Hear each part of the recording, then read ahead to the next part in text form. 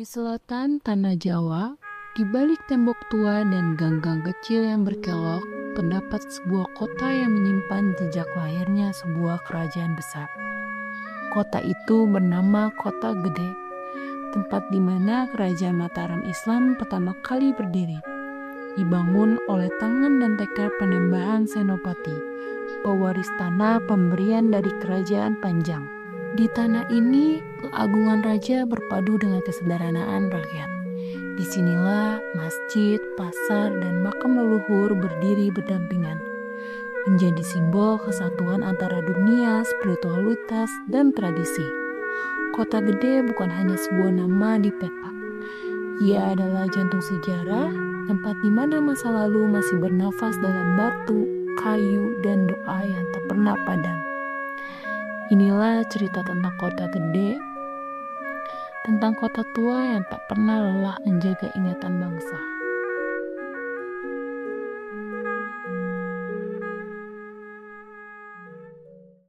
Nama saya Sony Saifuddin, saya sebagai Kepala Seksi Permusiuman di Dinas Kebudayaan Daerah Yogyakarta yang dalam hal ini mengelola Museum Kota Gede yang ada di Kota Gede, Yogyakarta. Jadi tujuan awal didirikannya Museum Kota Gede itu adalah untuk memberikan suatu wadah bagi informasi pada masyarakat mengenai adanya kawasan cagar budaya Kota Gede. Jadi Kota Gede sudah ditetapkan sebagai kawasan cagar budaya itu sejak tahun 2011. Kemudian di situ diperlukan suatu wadah atau tempat untuk menginformasikan tentang adanya kawasan cagar budaya itu dalam suatu bentuk museum. Koleksi yang ditampilkan di sana itu meliputi beberapa hal ya, terutama yang terkait dengan kerajinan perak, karena Kota Gede dalam masa yang kemudian, masa modern itu dikenal sebagai kota penghasil perak gitu, sehingga perak menjadi salah satu koleksi yang ada di museum agar memori tentang perak ini kemudian masih terjaga di dalam masyarakat. Selain itu juga ada beberapa koleksi lain berupa sisa-sisa arsitektural yang khas Kota Gede seperti genteng yang itu merupakan genteng sirap atau genteng yang terbuat dari kayu yang dulu dipakai untuk masjid Kota Gede, dan juga elemen dari rumah tradisional itu berupa yang namanya bahu danyang yang digunakan untuk penyangga dalam tiang atau bangunan di bangunan tradisional di Kota Gede.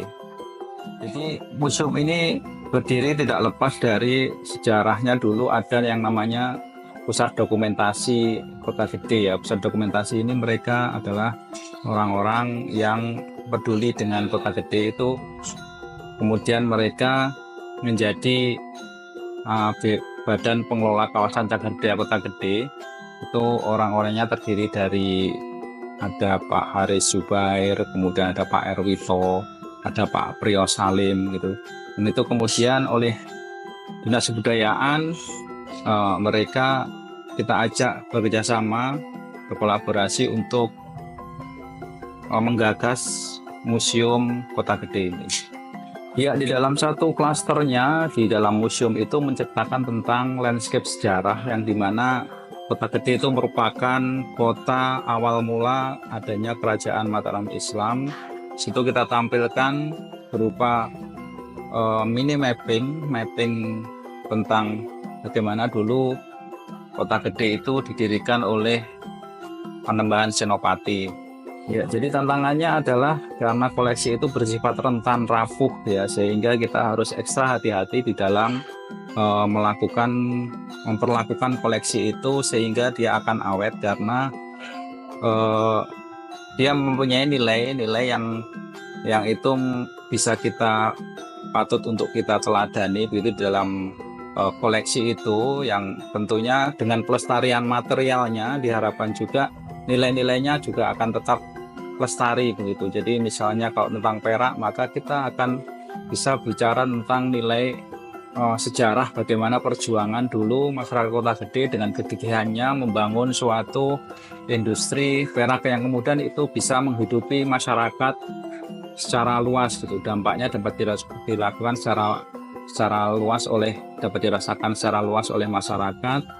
Kemudian ada nilai-nilai yang lain di mana itu menjadi sentral industri perak waktu itu, sehingga itu menjadi suatu pencapaian yang luar biasa karena kemudian ada mengalami penurunan peran di dalam perak itu ya. Ketika dulu terjadi krisis itu, kemudian harga perak itu jadi mahal, kemudian banyak industri perak itu yang di Kota Gede itu kemudian gulung tikar gitu, sehingga sekarang tinggal beberapa yang masih bertahan. Nah, nilai-nilai seperti itulah yang menjadi tantangan, karena dengan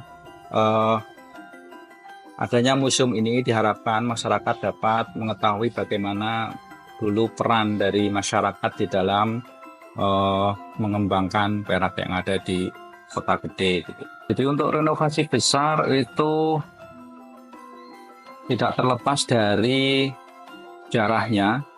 Jadi sebelum difungsikan untuk museum itu, bangunan itu adalah rumah tinggal yang kemudian sudah lama tidak ditempati, sehingga terjadi beberapa kerusakan gitu. Kemudian setelah dibeli oleh Dinas Kebudayaan, maka kemudian dilakukan upaya renovasi, itu perbaikan-perbaikan di beberapa bagiannya karena akan difungsikan sebagai museum. Itu dilakukan pada tahun 2014 begitu, dan kemudian baru pada tahun 2021 museumnya kemudian dibuka untuk umum. Untuk artefak peninggalan Panembahan Senopati di museum tidak ada, namun di lokasi di sekitar museum itu ada beberapa bangunan yang merupakan peninggalan dulu Kerajaan Mataram Islam, itu yang terdiri dari masjid di sebelah selatan pasar Kota Gede, dan juga ada makam dari Panembahan Senopati itu sendiri. Namun kalau di museum tidak ada artefak yang dia merupakan peninggalan dari Panembahan Senopati.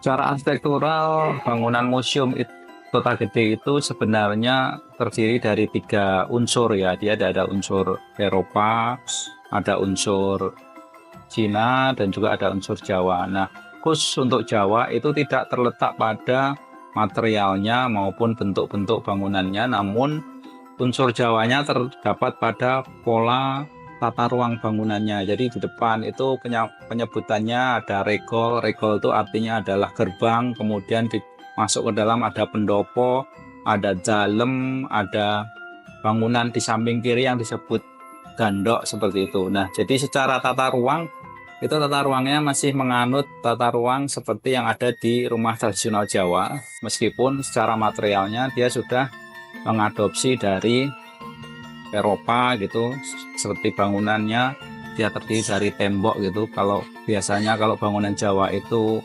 memakai kayu dan tiang-tiang soko guru gitu, namun karena materialnya dengan tembok itu tidak memakai tiang-tiang lagi. Seperti itu. Ya, kita dalam Museum Kota Gede mengadakan program-program publik yang kita targetkan untuk diikuti oleh masyarakat, baik masyarakat sekitar museum maupun masyarakat yang lebih luas, itu dengan acara diskusi, biasanya diskusi tentang Kota Gede ataupun acara ngepit, itu bersepeda keliling kawasan Cagar Budaya Kota Gede, di mana anak-anak muda itu biasanya yang ikut itu kita ajak ke tempat-tempat yang menjadi ciri khas di Kota Gede. Ada ke beberapa bangunan lama, kemudian rumah-rumah tradisional, ataupun ke perajin perak, dan juga ke penjual-penjual makanan tradisional seperti itu.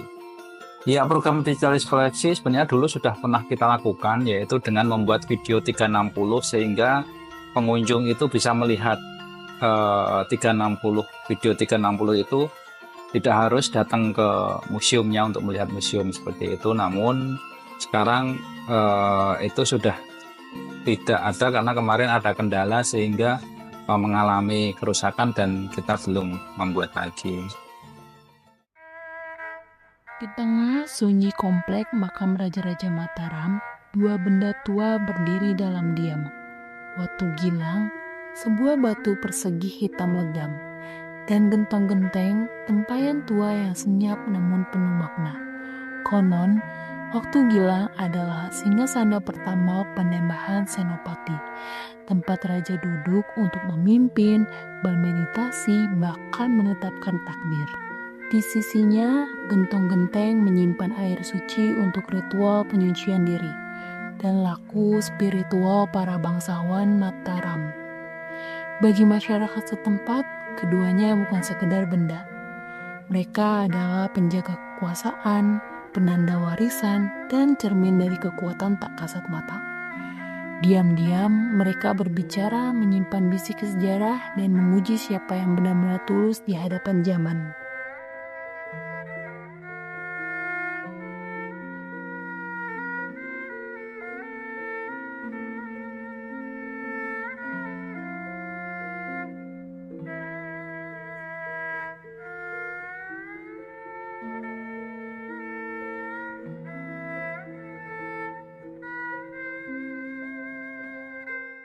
Ya, perkenalkan saya mewakili juru kunci di Batu Gilang, mewakili suami saya yang sekarang sedang sakit. Dan namanya suami saya ya di dalam sini namanya Pak Sudarto, dan saya istrinya yang nama Suharyanti, dan sekarang saya tugas di Batu Gilang. Dan di Batu Gilang itu saya tugasnya ya bersih-bersih itu. Dan di sini itu kampungnya kampung dalam, soalnya dulu tapak tilas dalam keraton. Dan di sini ada tempat duduk raja ya di sini, dan dulu tempat duduk raja itu, dan ada batu gadeng kepunyaan Raden Ronggo, batu gendong kepunyaan Ki Juru Mertani. Dan dulu ceritanya Kanjeng Gusti Panembahan Senopati itu punya musuh yang namanya Ki Ageng Mangir Wonoboyo. Nah, dulunya musuh besar, masalah apa saya yang nggak tahu.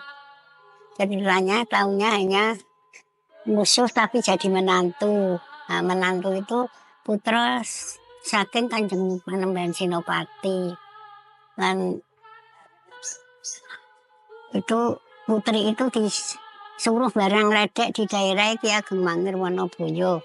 Nah, Ki Ageng Mangir lihat ledek itu tertarik sama ledek, lalu disuruh sowan di Mataram. Tadinya nggak mau sowan, jadi istrinya itu Putri Pembayun itu dijadikan istrinya. Lalu jadi istri disuruh sowan di Mataram, mau. Nah, itu sedang sowan, itu dibenturkan kepalanya. Ki Ageng Mangir meninggal dimakamkan di Raja-Raja Mataram itu, di luar separuh, di dalam separuh musuh, separuh mantu. Dan itu ya ada cerita panjang, ya, akhirnya begitu. Lalu ya di tempat duduk raja itu ada peninggalan tulisan bunder dan pesagi itu, ya ada artinya. Itu namanya serat perjanjian dan surat wasiat antara raja dengan Belanda. Ada 3 bahasa Belanda, bahasa Perancis, bahasa Latin. Dan itu sudah selesai ya cerita yang di dalam, di tempat duduk raja itu. Dan ada batu gadeng, itu batu gadeng kepunyaan Raden Ronggo yang telah nakal tapi sakti. Itu ya ada cerita panjang. Nah, kalau teman nggak sakti, nah Raden Ronggo itu mainkan batu gadeng itu, nanti kalau teman kena gadeng itu nanti sakit, lalu dimarahi dengan eyangnya yang namanya Ki Juru Mertani yang punya gendong itu. Lalu Raden Ronggo marah, batu gadeng itu ditusuk-tusuk dan batu gentong akan dipecah, tapi nggak bisa pecah semua, soalnya yang punya ya sakti. Dan batu gentong itu tempat air untuk sesuci, untuk wudhu.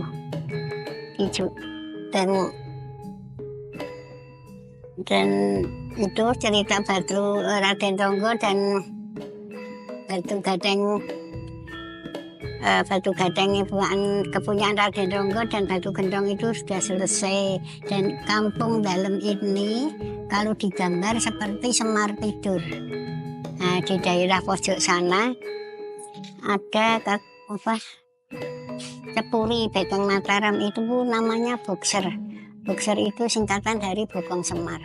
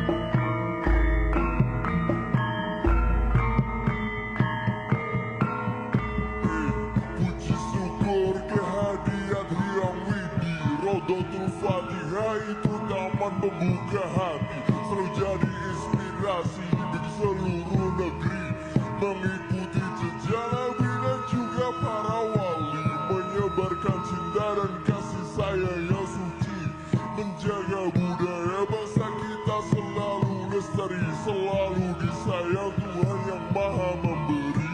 Ponorogo terkenal di seluruh Nusantara hingga segenap